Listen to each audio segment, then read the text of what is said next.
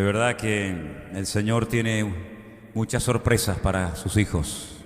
Gloria a Dios, qué bueno. ¿Estamos preparados para escuchar la palabra? Amén. Una de las cosas que sentía decir esta mañana en el culto de bautismo que celebramos es que ese acto que estábamos allí haciendo era una manifestación de un acto de obediencia.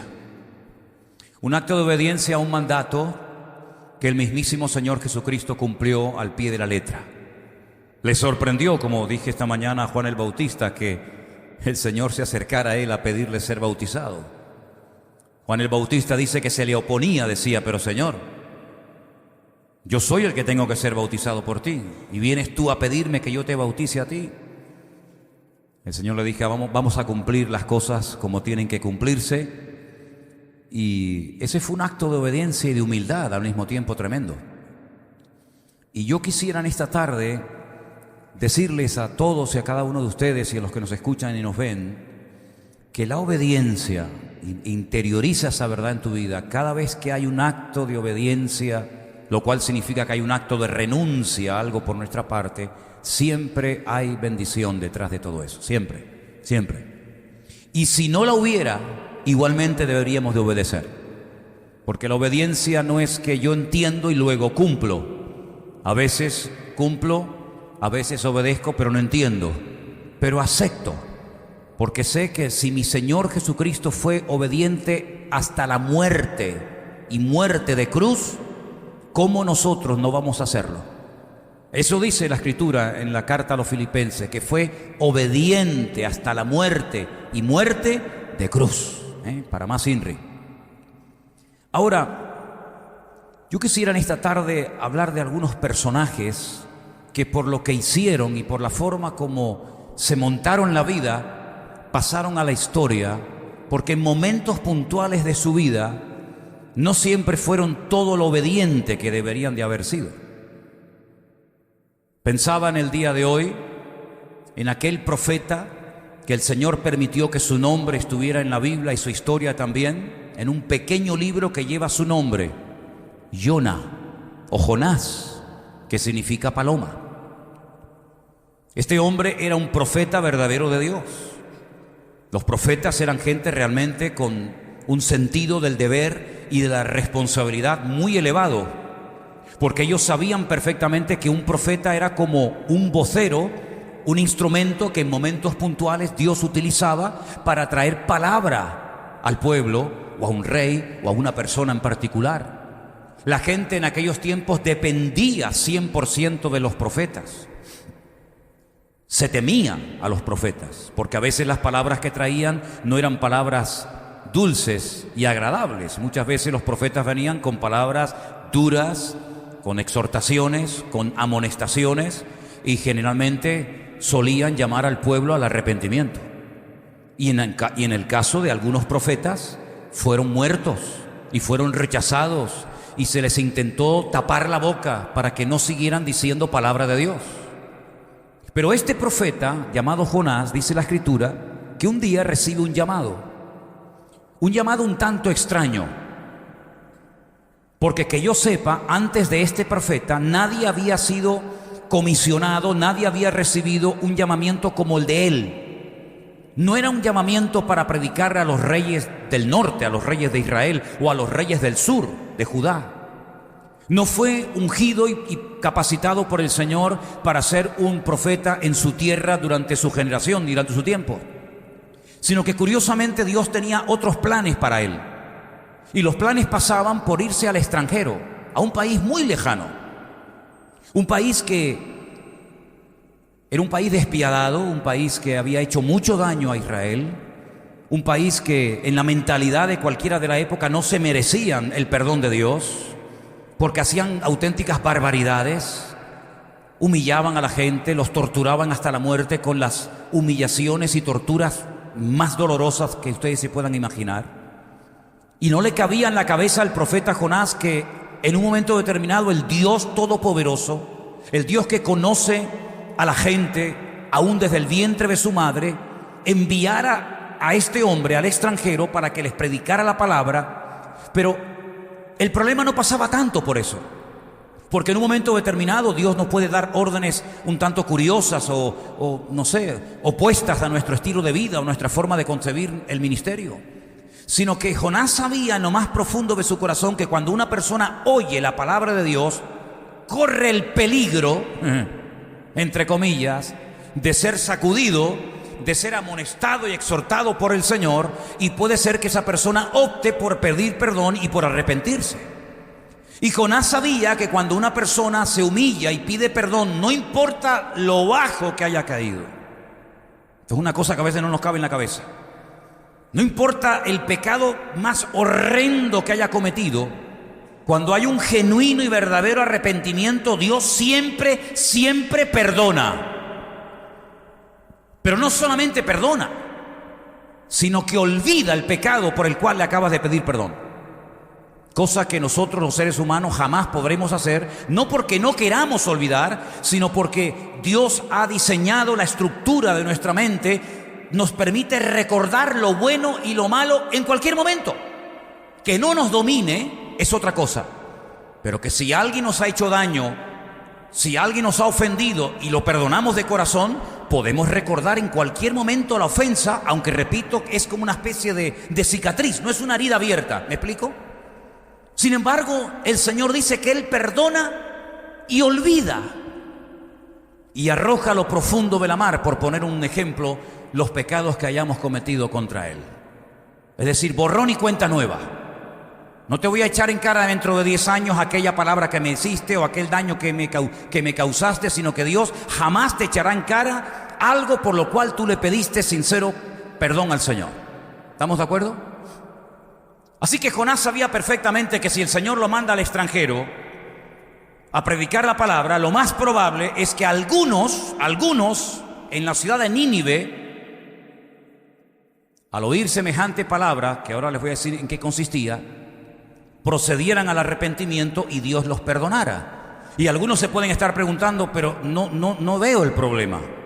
Porque en el fondo, cuando una persona predica, sea Jonás, sea Isaías, sea Manolo Sierra o sea quien sea, lo que en el fondo, y no sería honesto por nuestra parte decir lo contrario, es que lo que queremos es que la persona entienda el Evangelio y que proceda adecuadamente conforme a la palabra recibida, que se arrepienta, que confiese su pecado delante de Dios y que cambie su modelo y estilo de vida, ¿sí o no?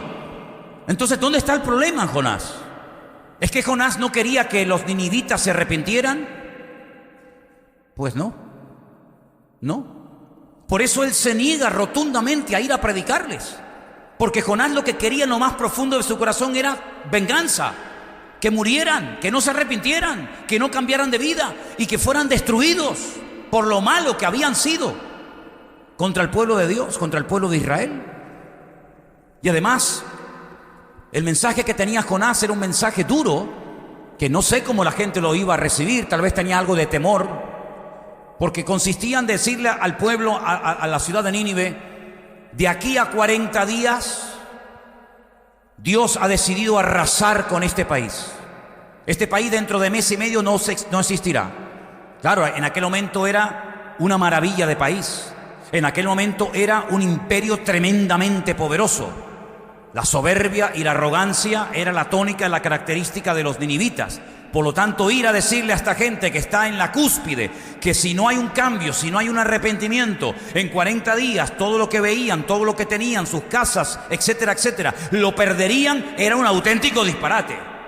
Podían mofarse del profeta y decir, otro loco más, otro más que viene.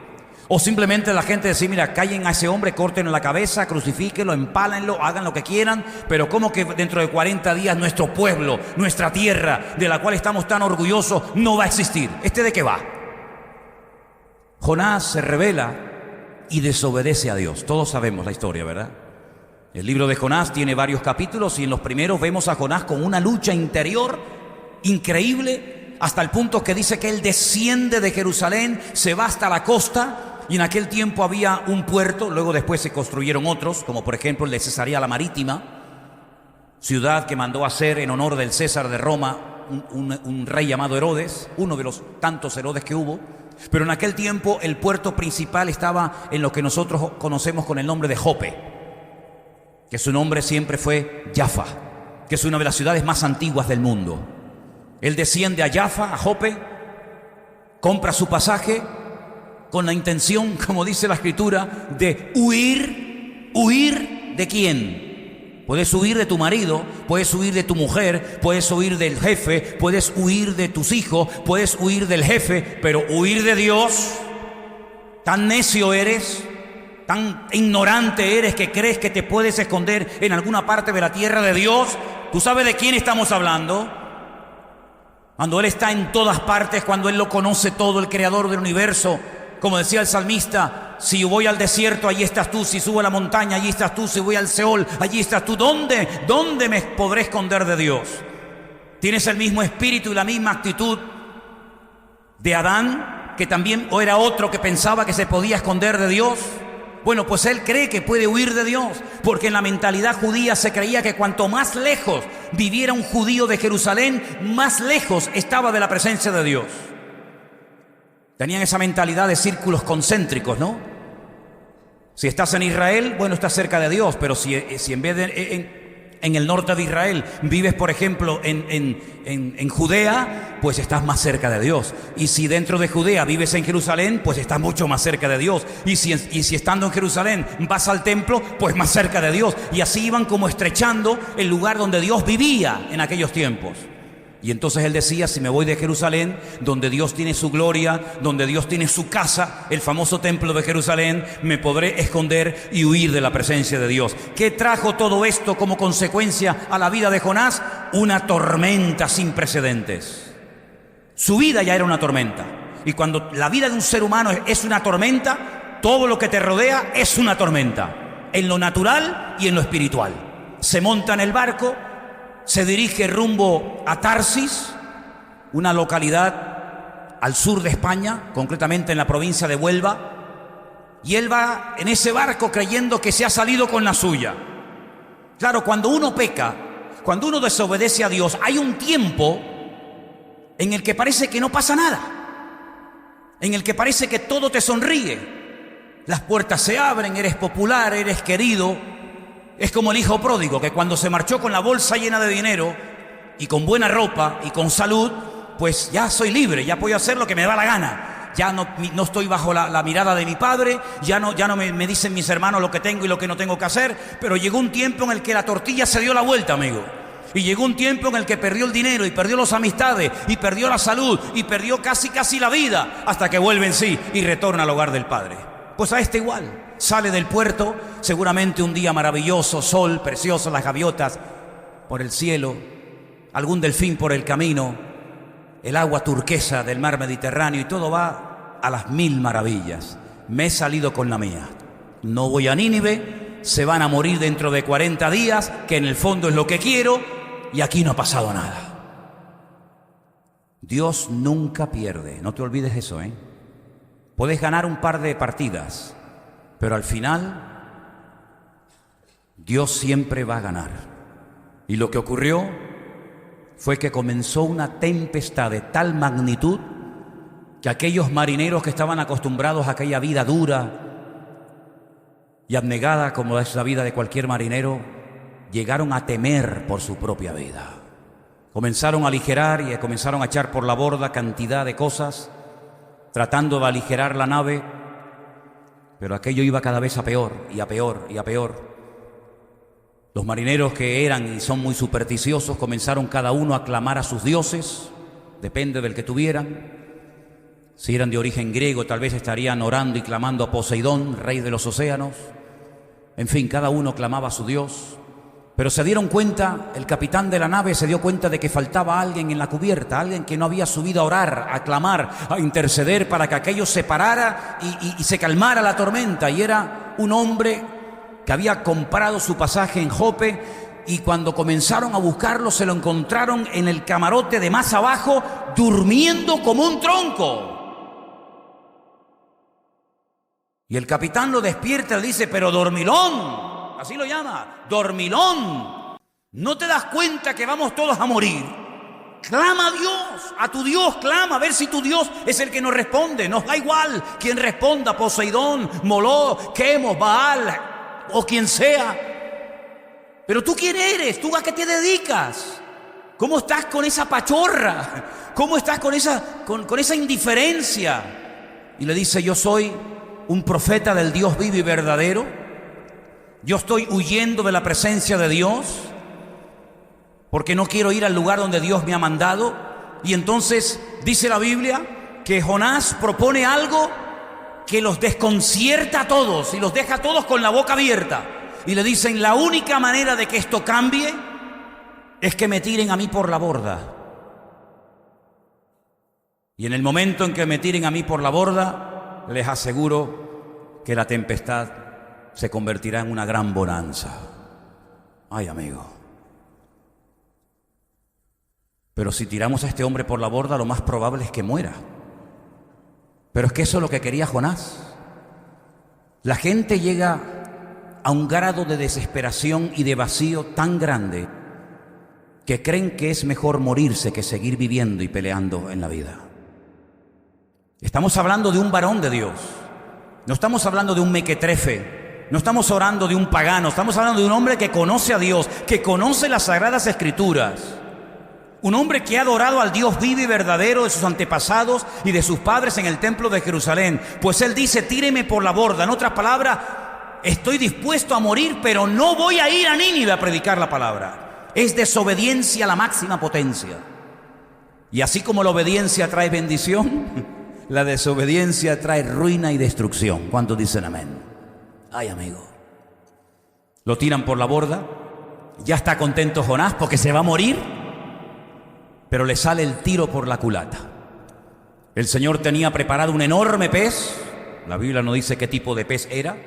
Un gran pez que se lo traga vivo. Lo más normal es que el efecto de los jugos gástricos lo hubiera terminado despedazando, pero ocurre todo lo contrario. Jonás entra más que en un pez, en una gran coctelera, donde empieza a ser sacudido, y este hombre llega a un grado de desesperación viendo que pasa 1 hora, 2 horas, 3 horas, 1 día, 2 días, 3 días, y entonces llega y clama desde lo más profundo. Era como una especie de submarino en tinieblas, y dice, Dios, está bien, tú ganas, iré a Nínive y sácame de aquí y sálvame la vida. Y entonces el pez llega a la orilla del mar donde estuviera, lo vomita. Es decir, que la colonia que Jonás llevaría durante días encima tenía que ser algo horroroso, y Jonás, todo lleno de lo que ustedes se puedan imaginar, se va rumbo a Nínive. Es más o menos así la historia de este profeta Jonás.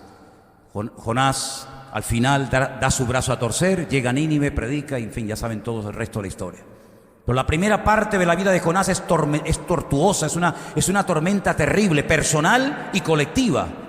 Todo lo que toca, todo lugar donde va Jonás, como él está mal, pone mal a todo el mundo. Es como el que está bien, el que está con la bendición de Dios, transmite bendición, ¿sí o no?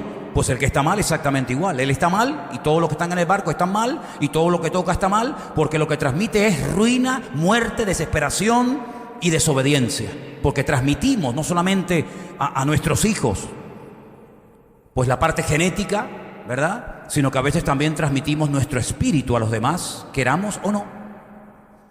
Sin embargo, hay otro personaje en el Nuevo Testamento que pasó una tempestad terrible, pero terrible. Yo diría que aún peor que la que Jonás atravesó, porque la de Jonás no duró tanto tiempo. Pero la tormenta de la cual vamos a hablar ahora en el capítulo 27 del libro de los Hechos es una tormenta que duró más de 3 semanas. Y toda la tripulación, más de 270 marineros y presos y soldados que viajaban desde Israel hasta Roma, creyeron que no se salvarían y que todos morirían tarde o temprano. Pero es que en ese barco iba otro varón de Dios. Lógicamente no era Jonás, era otro varón de Dios. Pero miren qué diferente atravesar un problema en la vida sin Dios y atravesar un problema en la vida con Dios. Miren qué diferencia pasar una tormenta por desobediencia a pasar una tormenta por obedecer al llamado de Dios. Leamos en el libro de los Hechos, capítulo 27, a partir del verso 13 en adelante. Preste atención, por favor. Soplando una brisa del sur, pareciéndoles que ya tenían lo que deseaban, levaron anclas e iban costeando la isla de Creta. ¡Uy, qué vientito más rico! Se hincharon las velas. Vamos a ir costeando la isla. Es una brisa que nos puede llevar a buen puerto. Ya. Fíjate, una brisa suave, apacible y dulce en lo que se va a convertir. Pero no mucho después, dio contra la nave un viento huracanado llamado Euroclidón, un dios de la mitología griega tan terrible y tan perverso que tomaron su nombre para hablar de un viento que viene en diagonal y que no hay forma humana de controlarlo y que es tremendamente peligroso, porque no puedes navegar ni a sotavento ni a barlovento, sino que es un viento que es imposible hacerte con él y que te puede llevar a la ruina y a la muerte. Todo empezó con una brisa muy apacible. Por fin tenemos lo que queremos. Se ha convertido en un viento huracanado, fuerza 4, fuerza 5, vete tú a saber, llamado Euroclidón. Y siendo arrebatada la nave y no pudiendo poner proa, la parte de adelante, al viento, nos abandonamos a él y nos dejamos llevar. Ya se rindieron, dijeron, mira, hagamos lo que hagamos, es imposible gobernar la nave. Por lo tanto, mira, que sea lo que Dios quiera. Si quieren soltar las velas, si quieren amarrarlas, nos da igual, nos abandonamos. Y que pase lo que pase, que Dios nos coja confesado. Habiendo corrido a sotavento de una pequeña isla llamada Clauda, con dificultad pudimos recoger el esquife, ese barquito pequeño que uno utiliza cuando se va a escapar de la nave, ¿no? Del grande pasas al pequeño. Bueno, lo pudieron recuperar. Y una vez subido a bordo, usaron de esfuerzos para ceñir la nave y teniendo temor de dar en la sirte, arriaron las velas y se quedaron a la deriva. Esto va de mal en peor, Esto es terrible lo que está pasando aquí. Y una vez, pero siendo combatidos por una furiosa tempestad, al siguiente día empezaron a aligerar. Ay, amigo, ahora empiezas a desprenderte de cosas que para ti tenían un valor tremendo. Ahora ya no las quieres. Sudaste, trabajaste y sufriste toda la vida para tener ese coche. Ahora lo odias. Luchaste con uñas y dientes para comprarte esa casa. Ya no la quieres. Luchaste con uñas y dientes para hacer aquel negocio, ya no lo puedes ver ni en pintura. Y ahora la nave que iba cargada con todo tipo de especias y con todo tipo de productos maravillosos, ahora resulta de que ya no sirven, ahora son un lastre, ahora me pesan demasiado, ya no quiero saber nada de esto. Y comienzan a tirar y a tirar y a tirar por la borda todo el patrimonio y la riqueza que llevaba ese barco.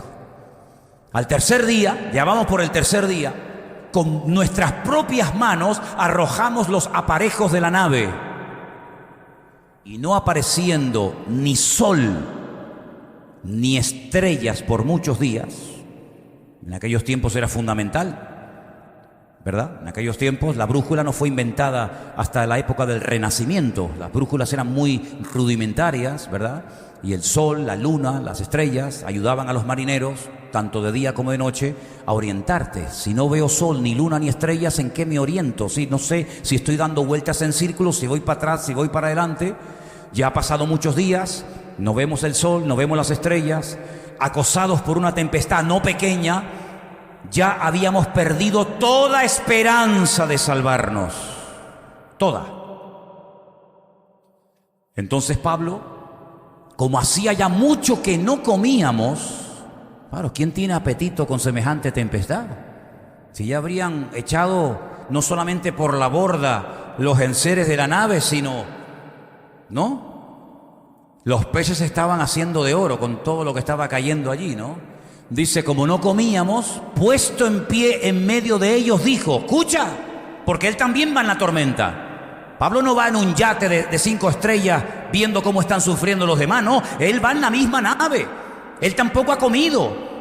A él también le afectan las circunstancias, pero él se pone en pie y dice: habría sido cierto conveniente, oh varones, haberme oído y no zarpar de Creta tan solo para recibir este perjuicio y pérdida. Es decir, aquí vemos cómo Pablo había advertido a la tripulación, al capitán, a la nave, de que no salgan. Pero que no salga, que esto es simple apariencia, que detrás de esta brisa, detrás de este vientito bonito, que viene un huracán, que esto va a ser peligroso, que lo que empieza mal termina peor. Pero no le hicieron caso. Por eso él dice: les recuerdo que yo les dije que no saliéramos, que no lo hiciéramos, que no te metieras en ese jaleo, que ahora no saben ni cómo salir de él. Pero ahora os exhorto a tener buen ánimo,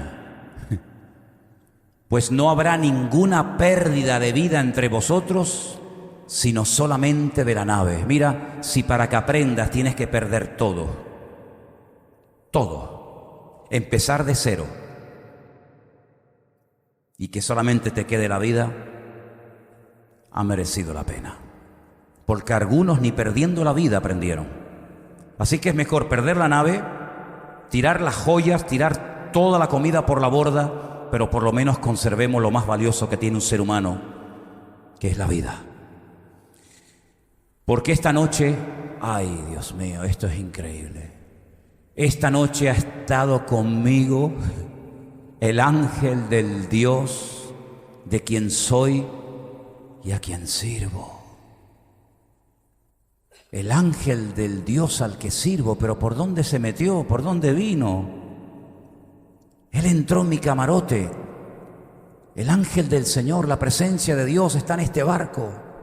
Y miren, Pablo dice: no temas, porque es necesario que compadezcas ante el César, y he aquí Dios te ha concedido a todos los que navegan contigo. Palabras de ánimo, palabras de aliento. Miren, yo voy preso. Pablo iba con cadenas.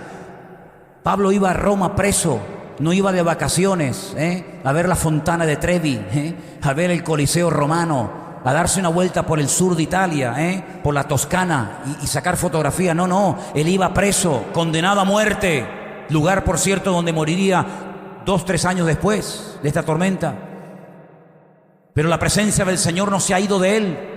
Él sabe que tiene que ir a Roma. El Señor le está diciendo que vaya y predique el evangelio en Roma. Él no es como Jonás, que dice: yo no voy y por eso hay una tormenta. No, él dice: yo voy.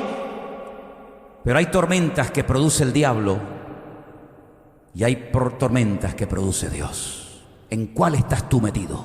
¿En una tormenta que ha mandado el Señor para mostrarte que a pesar de que estás en una tormenta, Dios está contigo?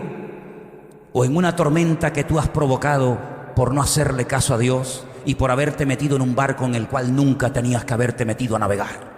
¿En qué tipo de tormenta te encuentras, amigo mío? ¿En qué tipo de tormenta? ¿Y en esa tormenta estás solo? ¿Te quieres morir? ¿O en esa tormenta está el ángel y la presencia del Señor diciéndote: Pablo, tranquilo, no tengas miedo, si se mantienen unidos, ni uno va a morir en la nave? ¿Te das cuenta? 2 hombres de Dios, pero uno produce una tormenta por desobediencia y sufre las consecuencias. La otra tormenta, donde Pablo viaja, él tiene palabras de aliento y de ánimo a los demás, porque él sabe que habrán obstáculos, habrán dificultades, pero todo lo puedo en Cristo que me fortalece. Porque él sabe que en la tormenta no va solo. Jonás iba solo porque iba en desobediencia, y cuando uno va en desobediencia y en rebeldía va solo, te buscas la vida, no quieres a Dios, te aguanta. Pero Pablo es todo lo contrario. Pablo va en obediencia. Pablo va a predicar el evangelio, Pablo va a servir al Señor, y habrá una tormenta, pero no importa, voy a llegar igual porque Dios me ha dicho que tengo que ir a Roma. Y no importa si el barco se hunde, no importa si me pica una víbora como le picó cuando llega a la isla de Malta, no importa si el barco se hunde, si mi Dios me ha dicho que me va a llevar allí, yo voy a llegar porque Dios es fiel y Dios no miente. ¿Cuántos dicen amén? Asegúrate, piensa bien lo que te digo, asegúrate de que la tormenta que vayas a pasar en el futuro o la que estás pasando en el presente sea una tormenta de parte de Dios, y no una tormenta que por tu mala cabeza y por tu desorden, por tu soberbia y por darle las espaldas al Creador te la has buscado y te la has creado tú mismo. Por eso cuando vamos a la palabra del Señor nos encontramos que el concepto obediencia es algo tan importante. Ahora, creo en lo que voy a decir que no estoy errado. El ser humano por naturaleza tiende a ser desobediente. No sé si ustedes nacieron con el concepto de obediencia tan claro que a todo lo que decía mamá y papá, automáticamente el niño y la niña decían: sí, mamá, lo que tú digas. Generalmente el ser humano, por ser un ser caído, desconectado de su creador, tiene una tendencia a ser desobediente, a ser rebelde. No hay que enseñarle al niño a rebelarse. O ustedes le han enseñado y le han dado clases particulares a vuestros niños para ser desobedientes y para no hacer caso a lo que dicen los padres. ¿Habéis dedicado tiempo a vuestros niños para decir: ven aquí? Cuando mamá te diga ven aquí, tú no vengas. Cuando mamá te diga pórtate bien, tú pórtate mal. Cuando papá te diga vete al colegio, tú escúpele. Cuando tú le digas, no hay que enseñarles eso, lo llevan dentro, es algo genético, es algo inevitable. No importa si es el hijo del pastor, la hija de quien sea. La desobediencia es un virus, un cáncer que llevamos dentro los seres humanos, desde que nacemos hasta que morimos. Por eso tenemos que aprender no a desobedecer, que ya lo sabemos hacer y muy bien, sino la Biblia nos dice que tenemos que aprender a ser obedientes. Y hay un versículo que leía hoy, que lo apunté aquí, que digo, este versículo lo voy a leer esta tarde porque es una bomba, Esto es una bomba lo que voy a leer ahora. Hebreos capítulo 5, verso 8. Mira lo que dice eso. Hablando de Jesucristo, del Hijo de Dios, y dice: y aunque era hijo, por lo que padeció, aprendió la obediencia. Es decir, hasta el mismísimo Señor Jesucristo, aunque como todos sabemos era el Hijo de Dios, el Padre tuvo que hacerlo pasar por pruebas, por presiones, por dificultades, para que a través de todo eso aprendiera a ser obediente. Efectivamente es lo que te he querido decir. Y aunque era hijo, por lo que padeció, aprendió a ser obediente. Y podemos decir, sin temor a equivocarnos, que Jesús era la obediencia personificada. ¿Cuántos dicen amén? Obediente hasta la muerte. Y la muerte de cruz, dice la carta de Pablo a los filipenses. Obediente en todo. Llegó a decir un día, hermanos, a los religiosos de la época: miren, lo que yo enseño, lo que yo hablo, lo que yo predico, no lo hablo por mi propia cuenta. Ni siquiera cuando veo a un cojo, a un mudo, a un paralítico, a un endemoniado, a un muerto, ni siquiera los milagros que hago, los hago porque me salió del corazón ayudar al pobre hombre que estaba ciego o leproso o paralítico. No, sino que todo lo que hago en la vida y todo lo que digo es porque mi Padre me dice que lo haga y que lo diga, y si no, no sería capaz de hacerlo. Hasta en eso era obediente al Padre. ¿Qué te parece? Cuando era pequeño, tenía 12 años, dice que se quedó un tiempito más en Jerusalén. Los padres se fueron a su casa y dice que lo perdieron. Y volvieron y le dijeron: hijo, ¿qué haces aquí? Tienes que venir con nosotros, no te puedes quedar aquí solo. Y dice que volvió con sus padres y estuvo sujeto a sus padres hasta la edad de 30 años. Igualito que los hijos de hoy en día. Igualito. Ay, amigo. Llega Israel, el pueblo de Israel, y observa que el líder espiritual del país, un profeta, también los consideran el último juez de Israel, el profeta Shemuel, el que oye a Dios, tiene 2 hijos que son un desastre. No salieron al padre. Los ancianos de Israel se le acercan y le dicen: por favor, cuando tú mueras, no pongas a ninguno de tus hijos al frente del país, porque esto nos llevan a la ruina. Tú has sido un buen hombre espiritual, te queremos, te respetamos, has sido un ejemplo, pero tus hijos son un desastre. Ya los has puesto, has hecho un experimento con ellos en el sur del país y han hecho un lío que ni te imaginas. Nómbranos a un rey. Y Samuel le dice: pero ustedes ya tienen un rey. Nuestro Dios, aunque no lo vemos, es nuestro rey. Ellos dijeron: no. Queremos tener un rey como todas las naciones tienen, un rey de carne y hueso. y le dice: pero ustedes no saben lo que están pidiendo. Cuando ustedes tengan un rey de carne y hueso, os quitará parte de vuestras cosechas para él, y se llevará a vuestros hijos para que sean sus soldados y sus capitanes y sus generales. Ustedes no saben lo que están pidiendo, pero ellos seguían: queremos un rey, queremos un rey, queremos parecernos a las naciones que nos rodean. Y tuvieron un rey, pero el juguete se les rompió al poco tiempo. Al final, el primer rey que tuvieron, Shaul, el mismo nombre del profeta, del apóstol Pablo, que era Shaul, exactamente igual, porque eran de la misma tribu, la misma familia de Benjamín. La Biblia nos enseña que Dios llega un momento en que le dice a Samuel: no me ores más por este hombre. Para Dios cansarse de alguien, lo harto que tenían que tenerlo, Para Dios decirle a una persona: no ores, pero Señor, no ores, porque lo que me pidas por él no te voy ni a oír. Lo harto que tenía que tener este hombre a Dios, Cuando el Señor lo que quiere es que oremos y que clamemos, pero no que perdamos el tiempo, sino que seamos sabios cuando demos, que seamos sabios cuando oremos, que seamos sabios con nuestra vida. Y el profeta Samuel estaba obsesionado con este hombre. No había manera, le decías una cosa y hacía todo lo contrario. Y Dios le dijo: no me sirve este hombre. Sí, muy imponente, muy alto, todo lo que quieran, pero es un desobediente. Es una persona que hace las cosas como le dan la gana y luego encima le echa la culpa a los demás. No ores más por él. Yo ya me he levantado, yo ya he preparado a otro hombre conforme a mi corazón. Un hombre sumiso, un hombre fiel, un hombre obediente. No ores más por él. Y fíjate en 1 Samuel, capítulo 15, versículos 22 y 23, lo que dice. Dios lo manda a Saúl, le da otra oportunidad más para que demuestre a ver si ha cambiado, para que demuestre su seriedad. Y le dice: vete a un enemigo que se llama Amalek, y ya sabes lo que tienes que hacer. Tú sabes lo que Amalek le hizo a tus antepasados, y si tú no terminas con este problema hoy, las próximas generaciones van a sufrir mucho por culpa de esta gente. Así que ya sabes lo que tienes que hacer. Vas y cumples mi orden. Allí se va Saúl. No hace lo que Dios le dice, hace lo que él cree que debe de hacer. Y en el capítulo 15, versículo 22 dice: Samuel le dijo: ¿se complace el Señor tanto en los holocaustos y víctimas como en que se obedezca a las palabras de Dios? Ciertamente el obedecer es mejor que los sacrificios. Fíjate a quién le está hablando: a un judío que están todo el día con sacrificios para arriba, sacrificios para abajo.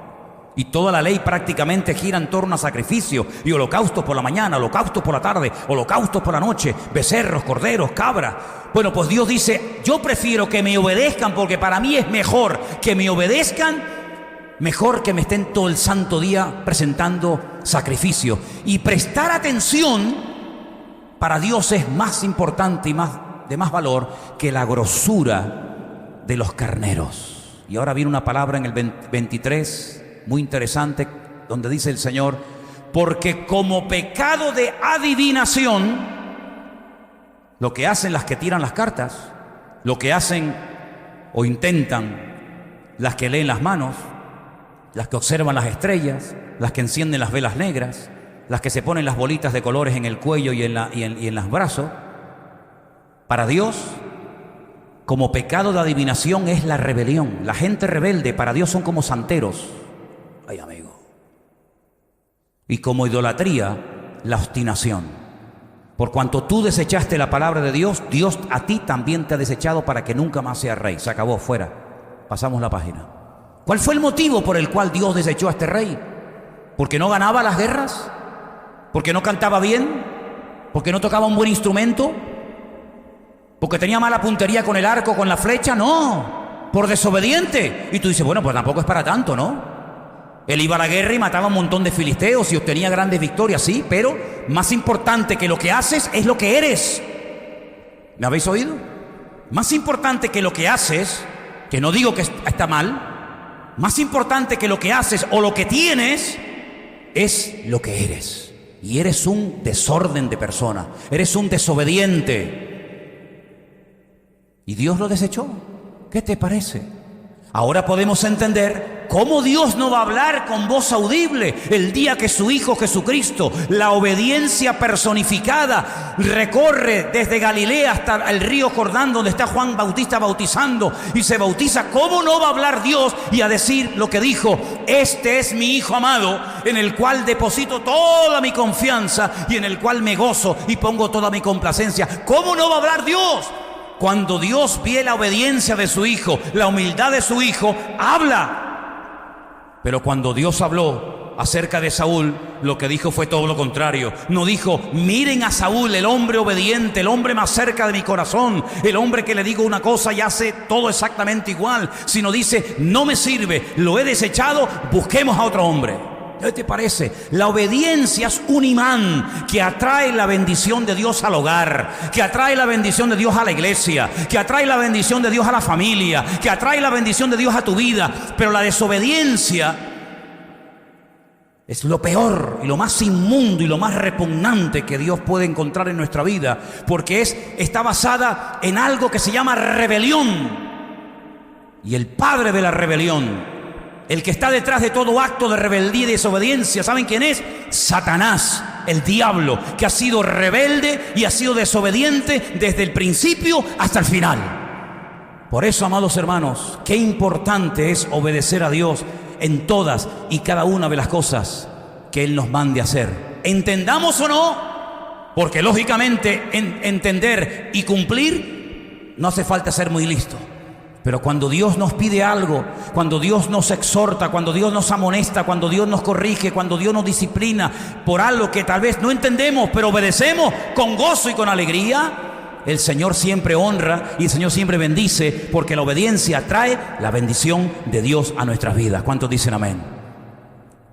¿Se lo podría decir al que está a su lado? La obediencia trae bendición a nuestras vidas. Amén. El último texto que quiero leer está también en Hebreos, capítulo 12, versículo 5. Este es el último texto que voy a leer en esta noche y tiene que ver con la forma como Dios nos va a tratar y nos va a conducir para que podamos convertirnos poco a poco, día a día, en creyentes obedientes. Hebreos capítulo 12, verso 5, dice así la palabra de Dios. ¿Ya habéis olvidado la exhortación que como a hijos se os dirige? Y ahí viene la exhortación. Hijo mío, no menosprecies la disciplina del Señor, ni desmayes, no te derrumbes, no te desanimes, cuando eres reprendido por Él. Fíjense que ese artículo Él, en ese caso no es el artículo personal Él, sino que está acentuado, lo cual nos habla de Él, de Dios, ¿verdad? Y habéis olvidado, a ver, ¿dónde estoy? Porque el Señor al que ama, ¿ah, sí? Pues yo pensaba que al que ama no disciplina. Yo pensaba que un buen padre es el que le da todo lo que el niño pide y todo lo que la niña quiere. No, ese no es un buen padre. Estás malcriando.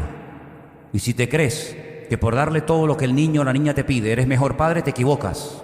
Y te va a salir el tiro por la culata. Porque lo estás encauzando mal. Porque el día de mañana, cuando la vida le diga que no, como está acostumbrado a que todos le rían la gracia, lo va a pasar muy mal. Entonces, si lo quieres preparar de cara al futuro, hay momentos en los que hay que decir no. ¿Por qué? No. ¿Por qué? Porque lo digo yo. ¿Te parece poco argumento? Dice, ay, pero es que eso va en contra de la psicología moderna. Pero es que yo no soy un psicólogo, hermanos. Yo soy un predicador del bendito evangelio de Jesucristo. Y ahí me tiene sin cuidado lo que digan los psicólogos o lo que diga la sociedad. Dios, hay momentos que dice no. O hay momentos que dice sí. Y por eso ninguna disciplina, como vamos a ver, es producto de gozo. Pero dice que el que ama, el que es amado por Dios, Dios lo va a disciplinar y lo va a tratar. En este caso dice, azotará, ¿verdad? Verso 7. Si soportáis, ahí está el tema, ahí está el quiz de la cuestión. Si soportáis la disciplina, Dios os va a tratar como a hijos. ¿Y si no lo soporto? ¿Si me rebelo y no me gusta? Bueno, vas a ver lo que te va a decir, pero dice, ¿qué hijo es aquel a quien el padre no disciplina? Mira cómo están los jóvenes hoy en día. El otro día estaba yo en la puerta de la iglesia y pasaba un padre y le había dicho al niño que no, que ya era la hora, que ya tenía que irse a casa a hacer los deberes, que era muy tarde, y el niño le fue dando patadas desde la esquina hasta la otra esquina, patadas y escupiéndole al padre y llamándolo de todo. Esa es la sociedad en la que vivimos. A mí ni se me ocurriría darle una patada a mi padre en aquellos tiempos porque me ponía la cabeza así. Pero si se os deja sin disciplina, de la cual todos han sido participantes, entonces sois. ¿Y cuántos bastardos hay en las iglesias, hermanos? Qué fuerte, ¿no? ¿Cuántos bastardos hay? Porque no se les puede decir nada. Las iglesias están llenas de bastardos. Los que no aceptan la disciplina del Señor no se pueden llamar hijos de Dios. Dice la Biblia que el que no acata, el que no acepta la disciplina, el trato de Dios, es tratado como un bastardo y no como un hijo. Imagínate tú. Por otra parte, tuvimos a nuestros padres terrenales que nos disciplinaban y los venerábamos, los respetábamos. ¿Por qué no obedeceremos mucho más al Padre de los Espíritus y viviremos? Aquellos, nuestros padres, ciertamente por pocos días nos disciplinaban como a ellos les parecía, pero para lo que nos es provechoso, para que participemos ¿de qué? De su santidad, de su misma esencia. Es verdad que ninguna disciplina, es lo que dije, ninguna disciplina al presente parece ser causa de gozo, sino de tristeza. Pero después da fruto apacible de justicia a los que en ella han sido ejercitados. ¿Os dais cuenta? ¿Cuál es el método de Dios? Darnos donde más nos duele. ¿Cuál es el método de Dios? Tratarnos y moldearnos. Le contaba a las hermanas de Barcelona que en un viaje que hice hace unos años a una iglesia de la península, no vamos a especificar los lugares porque claro, pues aquí están con la lupa siempre mirando lo que dijo, lo que no dijo, y después mañana me fríen a mensajes. Ay, ¿por qué dijiste esto? Bueno, en un lugar de la península, en un lugar de La Mancha, de cuyo lugar no quiero acordarme, ¿verdad? Bueno, pues me presentaron una vez, el pastor de la congregación me presentó a una muchacha que dice que había vivido en Tenerife y que era cristiana. Yo cuando la vi, con todos mis respetos, yo pensé que era Cristina, no cristiana, Cristina. Y le pregunté, ¿dónde te congregabas en Tenerife? Dice, no podía congregarme porque yo trabajaba en la noche. Digo, era sereno, el sereno de antiguamente, ¿no? Y trabajabas en la noche, ¿sí? ¿Dónde? En el sur de Tenerife. No era cuidando una obra que están aquí construyendo al lado de... En el sur de Tenerife trabajabas durante la noche.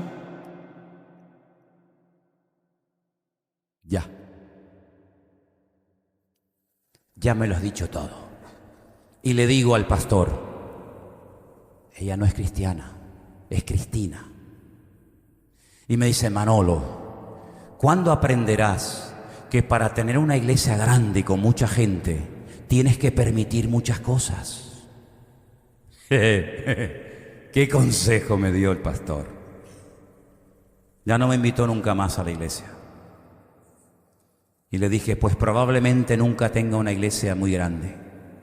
Porque si para tener gente tenemos que permitir desorden y que cada uno viva como Pancho Villa y que esto sea una merienda, ¿verdad? Digo, pues lo lamento mucho, querido. Pero el Señor quiere de nosotros seriedad y compromiso. Y probablemente, a lo mejor no le gustó lo que le dije, pero me dio igual, exactamente igual. Porque vemos en la palabra de Dios que Dios a nosotros nos quiere hacer, no se consigue de la noche a la mañana. Yo estoy en ello, estoy en ese proceso, no lo he alcanzado en todo, estoy en ello. Pero llegar a ser un creyente obediente lleva años. Porque Dios tiene que tocar todos los palos de tu vida, tiene que tratar con todas las áreas de tu vida, con todo. Y somos un conglomerado de cosas. Y cuanto más años tenemos, y cuanto más experiencia hemos vivido, y cuanto más cosas hemos experimentado, más todavía. Pero el Señor tiene todo el derecho de entrar en su casa, y su casa somos nosotros. Somos el templo donde Él quiere vivir. Y Él cuando entra en una habitación dice, estos zapatos huelen mal. Y estos calzoncillos no se dejan aquí, se dejan en el cesto de la basura. Y esta toalla no se pone encima de la cama, esta toalla se pone en el baño. Y la loza no puede llegar hasta la loza, que un día vamos a tener que comprarnos unas pértigas para poder entrar a la cocina, porque ya no podemos ni entrar. O vamos a tener que saltar por la casa del vecino.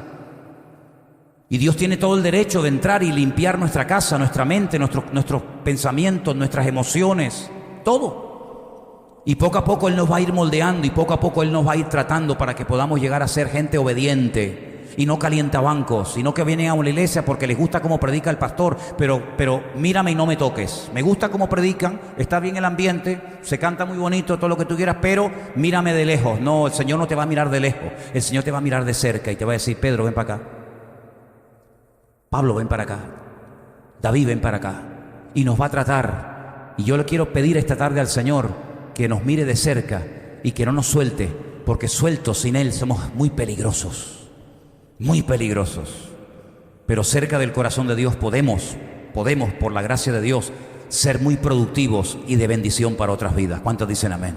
Tú eliges, hermano, tú eliges qué modelo de vida vas a vivir. Una vida sometida al Espíritu, una vida sometida a la voluntad de Dios, o una vida como caballo desbocado. Entonces en esta tarde te pido que cierres tus ojos, que inclines tu rostro y que oremos a Dios y tome usted su propia decisión. Yo voy a tomar la que creo conveniente. Yo opto por el camino del cambio. Yo agacho las orejas, me humillo delante de Dios y le pido perdón, porque no siempre he sido todo lo obediente y todo lo ejemplar que debería haber sido. Porque no siempre obedecemos a la primera. Pero que el Señor nos ayude a cambiar para bien. El mundo está tratando de cambiar a los jóvenes y decirles cómo tienen que peinarse, cómo tienen que vestirse, cómo tienen que vivir. El mundo está tratando de moldear a la iglesia, lo que tienen que permitir, lo que tienen que predicar, lo que no pueden comentar. Pero sin embargo, nosotros tenemos a un Dios con un manual, que es la Biblia. Babilonia intentó cambiar y transformar por fuera y por dentro al pueblo de Dios. Tal vez con algunos lo consiguió, pero con Daniel no pudieron. Con Daniel no pudieron. Cuando dieron aquel decreto, no se puede elevar oración a Dios alguno durante 30 días, Daniel dijo: así, pues ahora voy a seguir exactamente igual. Voy a seguir orando por la mañana, por la tarde y por la noche. Por la mañana, por la tarde y por la noche. No voy a cerrar las ventanas para que nadie me vea. No me voy a meter debajo de la cama para que nadie me descubra, sino voy a abrir la ventana. Y si me tienen que llevar al foso de los leones, que me lleven. Pero yo no voy a dejar de orar a mi Dios porque usted lo diga. Oye, hermano, se jugó la vida. Pero Dios lo honró, porque Dios honra a los que le honran. ¿Se da cuenta?